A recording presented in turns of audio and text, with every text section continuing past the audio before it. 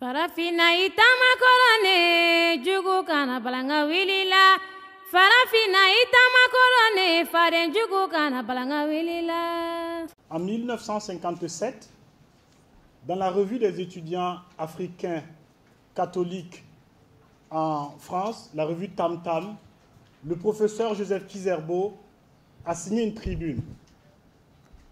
Le titre de la tribune, c'est « On demande des hommes ».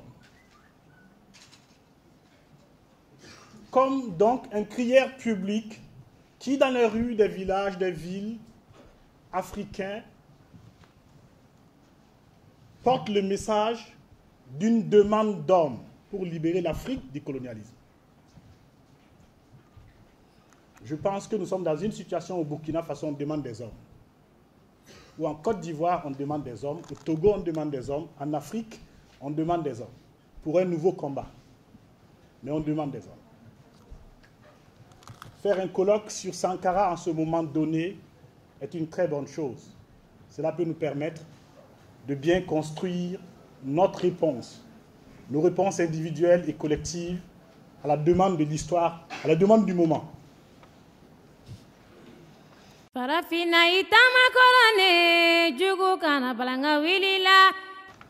Je crois que nous vivons singulièrement une situation paradoxale pour parler de Sankara. Un contraste très étonnant qui est, me semble-t-il, Sankara partout, Sankara nulle part. Parce que Sankara partout est une évidence pour nous tous. Il y a cela 3 ans, les rues du Burkina Faso ont été inondées d'une formidable jeunesse insurgée qui a mis un terme à un régime répu, corrompu et convaincu qu'il était éternel. Après que tous les puissants du monde lui aient conseillé d'entendre la voix de la sagesse. Sankara était massivement présent dans cette insurrection populaire. Parce qu'en réalité, il a constitué le plus petit dénominateur commun des insurgés. Je n'ai pas besoin d'insister sur le fait que des organisations de la société civile comme le Balai citoyen voudraient avoir Sankara dans leur gène. Il n'est pas nécessaire d'indiquer que le compartiment sankariste des partis politiques qui étaient dans la rue veut avoir Sankara comme symbole. Mais même au-delà de ces compartiments, même les militants des organisations qui ont été extrêmement durs avec Sankara, qui forment leur jeunesse de façon extrêmement critique, voire dénigrante de Sankara, même les militants de ces organisations étaient débordés par la vague de la figure de Sankara. Sankara était le plus petit dénominateur commun de l'insurrection parce que cette insurrection était celle d'une jeunesse qui est née majoritairement pendant la révolution de Sankara ou après la révolution de Sankara, ou pour les plus âgés, ont commencé à l'école pour la première fois sous Sankara. Et cette jeunesse est en manque de formation idéologique et politique. Et par conséquent, la parole de Sankara, l'image de Sankara constitue pour elle une sève nourricière indispensable pour son action militante. Sankara partout, c'est y compris les libéraux assumés qui n'ont pas résisté au point révolutionnaire.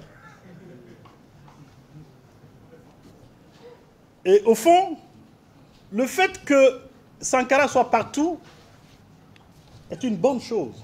Il faut s'en réjouir. Parce qu'il est juste que sur un continent qui fait face à autant de difficultés, que l'idole de la jeunesse soit un homme de grande valeur. Il est juste que la jeunesse se retrouve dans un homme de principes. C'est une très bonne chose qu'un homme qui a été la fusion entre l'acte et la parole soit partout aujourd'hui sur le continent. Et il est juste qu'un homme dont on a tenté d'effacer la mémoire en 27 ans dans ce pays, à la télévision nationale entre autres, soit aujourd'hui massivement présent dans son pays, sur son continent et ailleurs dans le monde. Parce que Sankara, c'était aussi des luttes d'avant-garde. C'était un pionnier du combat écologiste. Sankara, c'est celui qui a mis la question de la femme au cœur du pouvoir d'État à un moment donné où d'autres pensaient que c'était du détail. Y compris les agences qui promeuvent aujourd'hui la question du genre, pour elles, c'était du détail. Sankara, c'est la personne qui a pensé que la question écologique était une question existentielle et qu'il fallait la mettre au cœur de l'éducation, bien avant qu'on ait le discours en vogue actuellement sur les dérives des politiques, de l'action anthropique de l'homme. C'est une très bonne chose, donc, l'une des plus belles perles prométhéennes du continent soit adulée par sa jeunesse. Mais ce que je viens d'indiquer là, ce n'est que la moitié du tableau. C'est Sankara partout, et il faut que nous ayons le courage d'observer Sankara nulle part. Parce que Sankara est très peu présent dans nos actions individuelles, de façon sincère.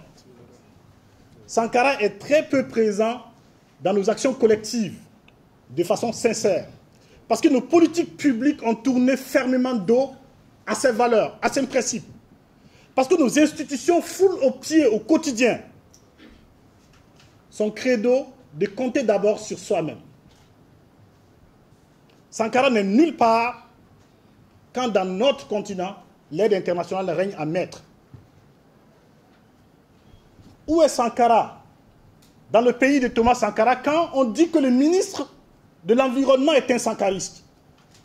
Et pourtant, la politique environnementale est réduite à des reboisements télévisés, à du marketing de reboisement télévisé, et qu'entre deux événements, l'environnement n'est nulle part au cœur des politiques publiques.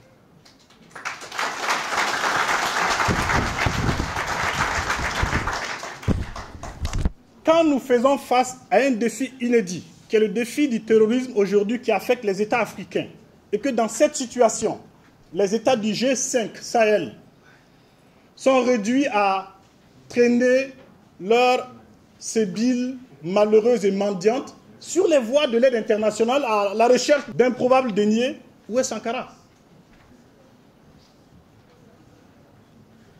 Où est Sankara quand nous finissons d'élaborer nos plans de développement, on court à Paris pour faire des tables rondes et on s'en réjouit?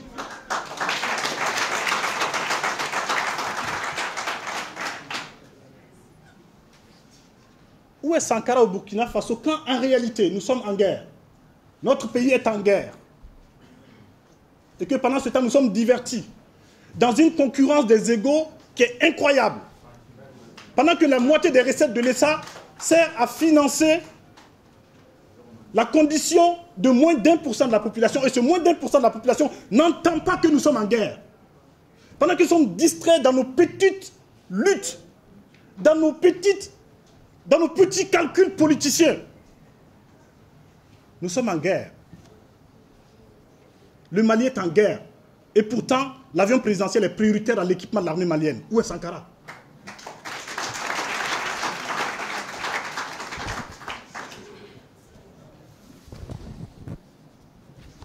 J'ai envie d'aller plus loin. Où est Sankara dans ce débat sur les francs CFA? Ce débat qui est porté par des gens, y compris des gens qui sont des dirigeants de la francophonie, mais qui nous disent que le franc CFA, c'est de l'anachronisme historique par la francophonie. Où est Sankara dans ce débat complètement désincarné sur le franc CFA qui ignore que le Niger, le Burkina Faso, la Côte d'Ivoire ne maîtrisent plus leurs frontières septentrionales et que les troupes étrangères y font la guerre?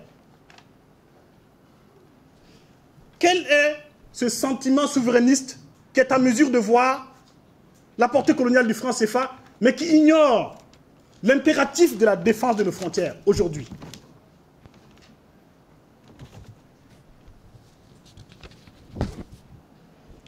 Je considère que Sankara, c'était un rapport à la vérité et qu'il nous faut, si nous voulons être dignes héritiers de Sankara, être à tout le moins dans une recherche de ce rapport à la vérité. Pour assumer l'héritage de Sankara, me semble-t-il, il faut éviter certaines choses. La première chose, Sankara n'est pas un consensus mou qui réunit tout le monde. C'est faux. Si Sankara réunit tout le monde, c'est qu'il ne réunit personne. Sankara, ce n'est pas une négation des clivages sociaux, des contradictions sociales. Non. Sankara, c'est la dure vérité des contradictions de la réalité sociale. Si Sankara rassemble tout le monde et tout le monde, tout est son contraire, nous sommes en train d'anesthésier la puissance de son action révolutionnaire. Si Sankara réunit tout et son contraire, nous sommes en train d'émasculer son héritage. Sankara, ce n'est pas un consensus mou dans lequel la verticalité prend le dessus sur la profondeur. Non. Il nous faut éviter ça si nous voulons aujourd'hui entreprendre une action de réappropriation de l'héritage de Sankara. Il faut sortir d'une deuxième dérive, celle de l'idolâtrie. Sankara n'est pas un chemin achevé, c'est faux. Sankara n'est pas le chemin, c'est faux. Il est le chercheur de chemin.